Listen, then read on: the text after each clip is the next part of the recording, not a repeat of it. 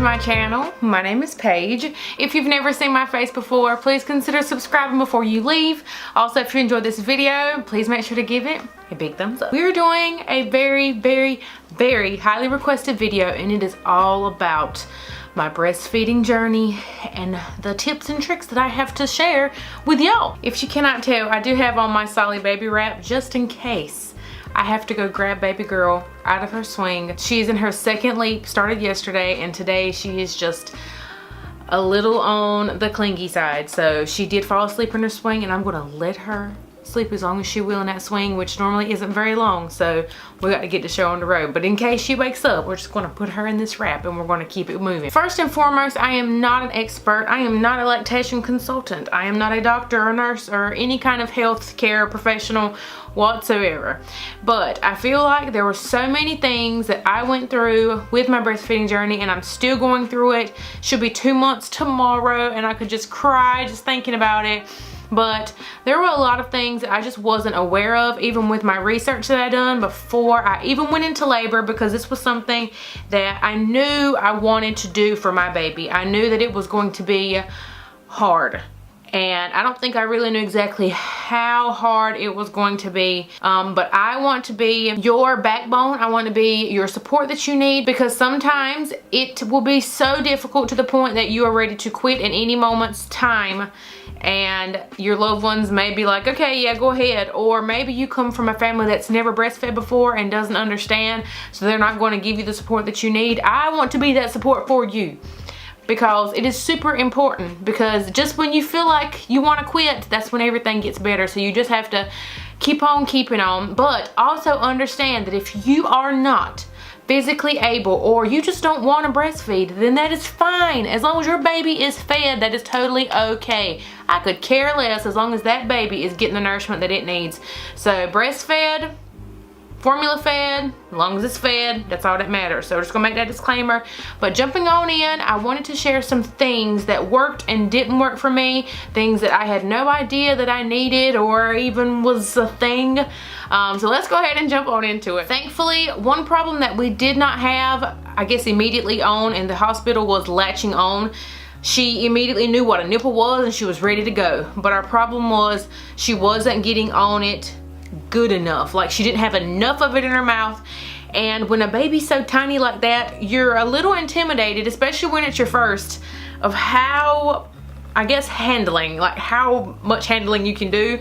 Because when those lactation nurses come in, they are like flipping and I'm just like, oh my gosh, like, I know you're not gonna hurt her, but still, like, I couldn't. They wanted me to get my boob where it needed to be and then sort of roll her onto it, and that was the most difficult thing in the world, because I'm really coordinated. Like, I'm very coordinated, but when it came to that, like, I just couldn't seem to get it down. And when I got it down on one side, I couldn't seem to get it down on the other side, and I was wondering if it was because I was right-handed or what was going on. I would highly recommend, before you quit, before you give up, to get on Facebook and look for a breastfeeding group in your area. It is extremely helpful, because around that 2-week mark, y'all, I was in pain. I was in so much pain to the point that my left side, it looked as if it was going to fall off. It was so painful to the point that when she would go to latch on, I was in complete tears. Like, I would literally hold my breath. I would take a big breath every time she would go to latch on. It was so painful, and I don't think I was prepared for the level of pain that come along with the beginning of breastfeeding. You have to think about the fact that these are things that are not used to being wet, and they're wet now all the time. If you're not feeding your baby, they might be leaking, and then you have that abrasiveness rubbing against your bra, and it's something that I wasn't completely prepared for, because I heard, yeah, get nipple cream, you need a nursing bra, get you a cover. But they didn't really say how bad your nipples were going to hurt. Like, it was excruciating pain, to the point that when I did finally find that breastfeeding class, and on the first day that I went, and everyone in the class gets to introduce themselves and their baby, I was in tears introducing us, because then you have to tell pretty much, you know, if you have a success story to share, or if you have something you need advice on. And obviously I needed advice because I was hurting so bad and I was trying everything. I had bought so many different things on Amazon, and here are some of the things that I purchased. Because they hurt so bad to rub up against my bra, I felt like I needed a barrier, and breast pads were just not it, because also it was abrasive too, and it was constantly, it was something that was rubbing up against it and nothing felt good. I felt like I needed something to be a barrier in between, and these did help for a short amount of time. These are the soft shells by Medela, and the reason that I stopped using these was, well, one, they weren't as tender and they didn't hurt as much, but because they left, I guess because there was always moisture, because they do come with these little things that you can place in the bottom of the shell to collect any leakage. It would kind of make me a little sweaty, and the moisture was kind of just sitting inside of this thing, if you're getting where I'm going. It had almost like a vinegary smell when you would go to take these off, and I could not stand that. I just couldn't. I said I'll take the little bit of irritation instead of this nasty smell. They did give me that little bit of relief that I needed so that my breast wasn't constantly rubbing up against the inside of my nursing bras. Nursing bras are something that you definitely need. Nursing tanks, any kind of top, because literally all you are going to be doing for that first 3 weeks is just feeding. You just feed, and the only thing that you need to wear are things that are easy. The only things that you are going to need to wear are things that are easily accessible to the girls. So if you're trying to wear something cute that you cannot easily get up in there to them to nurse your baby, you probably don't need to wear it. Be right back. These hydrogels was something else that I used. I actually got these while I was in the hospital. Make sure before you leave the hospital that you're asking your nurses for some things to take home with you. I had no idea that they had stuff like this for my breast, so I was like, yes, please give me some of those. These did help somewhat. The only thing that I didn't like about these is before you get ready to nurse, you have to clean off everything before then, and a lot of times I just wasn't, it wasn't accessible for me to get to somewhere and clean it off before. For that reason, these, I just stopped using them. Obviously I have 2 packs of them that I never used, but they kind of did give me some relief, but it was just aggravating to have to wash them off every time I took these off before I got ready to feed. If you are a leaky sister, then obviously breast pads are going to be your jam. Now, they do have reusable ones that you can wash. I just preferred just the throwaway kind. I no longer really need these, but in the beginning, because you don't really know when to expect your milk to come in, I found that these were helpful because it kind of gave me that peace of mind that if things got crazy, I had a little bit of backup if we were out and about, and I sure didn't want to leak through my shirt. So definitely would recommend having these. Now, I talked about nipple cream, and my absolute favorite out of the ones that I first tried would be the Earth Mama organic nipple butter. Now, I love this stuff because you can use it for multiple things, not just on your breastises. So you can use it on your lips, your cuticles, anything dry. It's just a really good moisturizing organic balm that you can use pretty much all over. So I really, really love this, but mine had gotten so bad to the point that there was no return. It didn't matter how many times I used this. I was even using organic coconut oil because that was also something that was highly recommended that I use because it was antimicrobial, I think is what the word is. And you didn't have to wash that off before feeding. That was one big thing that I was really worried about, was getting a nipple cream or butter or balm or whatever that I would have to remove every single time that I would feed, because that just, like I said, wasn't feasible at all times. I actually ended up having to call in a prescription. This was something that they made locally to me. Call your doctors, see if this is something that they make near you. It is called APNO, and it is all-purpose nipple ointment, and that saved me. You could only put it on until it was healed. I don't know exactly what's in it, but it worked. It fixed it. I really thought the left one was gonna fall off. I'm not even joking, because literally it was hanging like this. It was pretty bad. And every time my husband would see it, he was just like, I don't think it's supposed to look like that. It gotten so bad, they were bleeding so bad. Mila was spitting up blood, and it really made us really, really nervous. But her pediatrician was like, are your breasts bleeding? I'm pretty sure that's what it is. I doubt it's from her. So we were calmed down pretty quickly, but that is a scary thing. But that APNO saved me. So I would definitely call your doctor, see if they know what it is. They have to make it. There were only 2 pharmacies near us that actually made it, so you have to call it in. They make it that day and you go and pick it up. It was around 50 bucks, which is, I think, pretty hefty for some nipple butter, but it was so worth it. I would buy it time after time because it helped me incredibly once I got to that point of no return. There are 2 different, I guess, worlds of breastfeeding. We all mesh into one, but there are the exclusively only breastfeeding, nursing people, and then there are the pumping breast milk people. I have lived in both worlds, but I predominantly reside in the nursing side. Started pumping more often when I realized that my supply had dropped because my period had came back. Now, something else that I was not prepared for was my period to come back so early. I was under the impression that with nursing, you did not get your period back until you were done nursing. And at 6 weeks, it came back. Didn't matter that I was exclusively breastfeeding. It was back with a vengeance. It was ready to partay. So here we are. And something that I was not prepared for was my supply dropping while I was on my period. And not only that, but after doing even more research and digging even deeper into it, the milk could taste different. Maybe the baby wouldn't like it at the time, and all of that just totally freaked me out to the point that I wanted to make sure that I did not lose my supply. And one thing that I did learn from all the research that I've done, if you're trying to get your supply up, you have to make sure that your body understands that the amount of milk that it is making is not enough.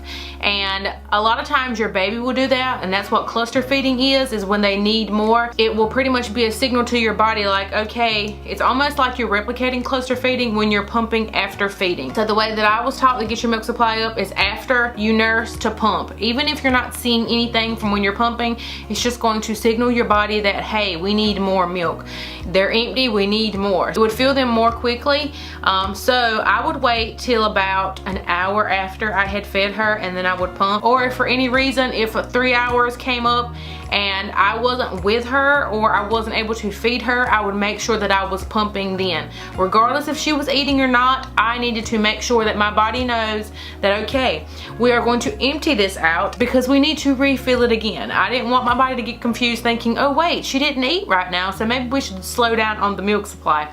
So I make sure that I don't miss a feeding, even if she's not nursing from me. I'm away from her for the day. If I got some kind of appointment and I'm not able to be with her, that is when I pump. But for the most part, we are exclusively nursing. And for those of you that do exclusively nurse, but you want to kind of get a little side stash going so that if you want to go on a date, if you want to have a girls' night, a girls' weekend, or whatever, if you need a babysitter, you need some milk for your baby. And here's where my magical, wonderful thing comes in handy. The Haka. If you have not seen my 24 hours with a newborn video, I will link it because it is incredibly important part of our daily routine. This portion of the video is being sponsored by Haka, but guys, I have talked about them on numerous occasions, not only here on YouTube, but on my Instagram as well. This is a hidden gem. If you don't know anything about a Haka, you need one.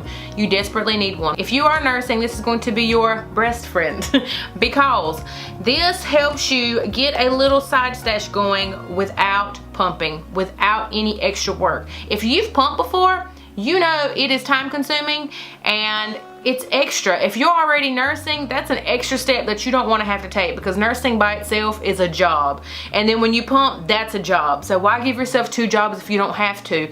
That's where the Haka comes into play because while you're nursing on one side, you can be getting milk collecting in the Haka on the opposite side.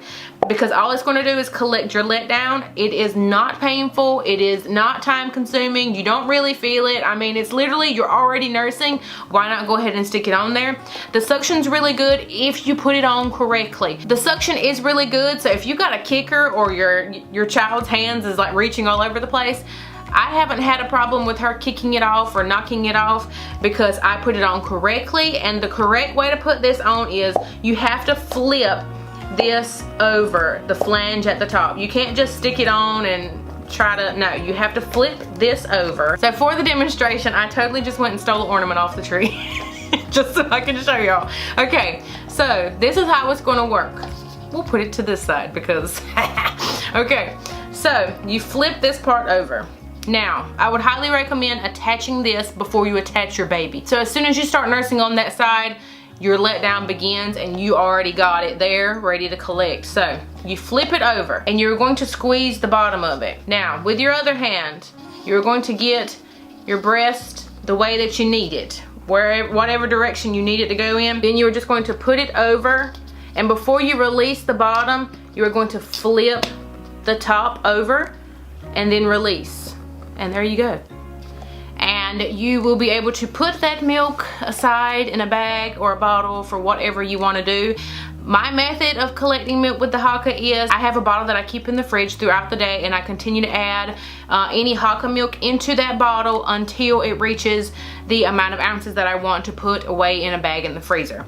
So I do have 2 different bottles going sometimes, because one I'm working on a freezer bag and the other I'm working on her nightly bottle. She does get a 2-ounce bottle, and we talked about this more in that 24-hour with a newborn video. So you can go over to that and see why we give her that bottle and blah blah blah, what it has to do with her night routine.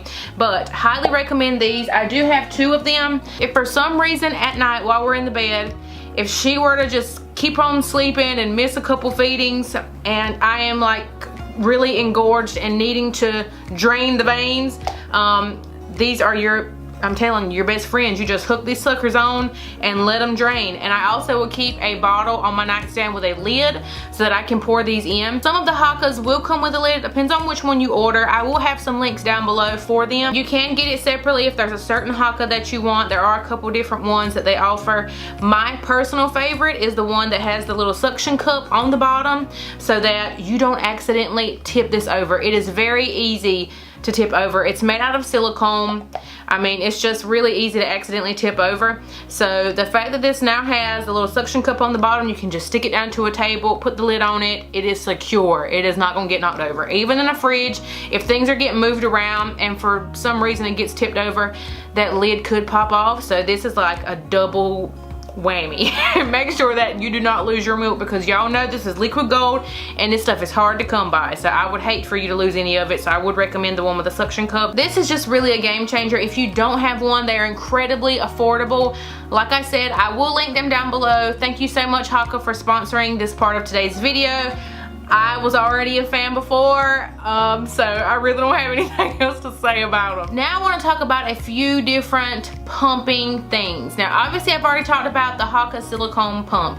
Now that's technically not like a pump because you're not physically pumping it. It is applying constant pressure. I guess you would call it pressure. Like I said, it doesn't hurt. It's not like a hurting kind of pressure, but it's a constant pull. So it's constantly drawing out milk while you have it on. Whereas a pump, you are releasing and pumping, releasing and pumping, if you catch my drift. In that category, I have 3 different pumps. So I think I'm the perfect person to recommend pumps to you because I've tried them all, because I got so scared about my dropping my supply. I was trying to make sure that I was covered at all times. Surprise!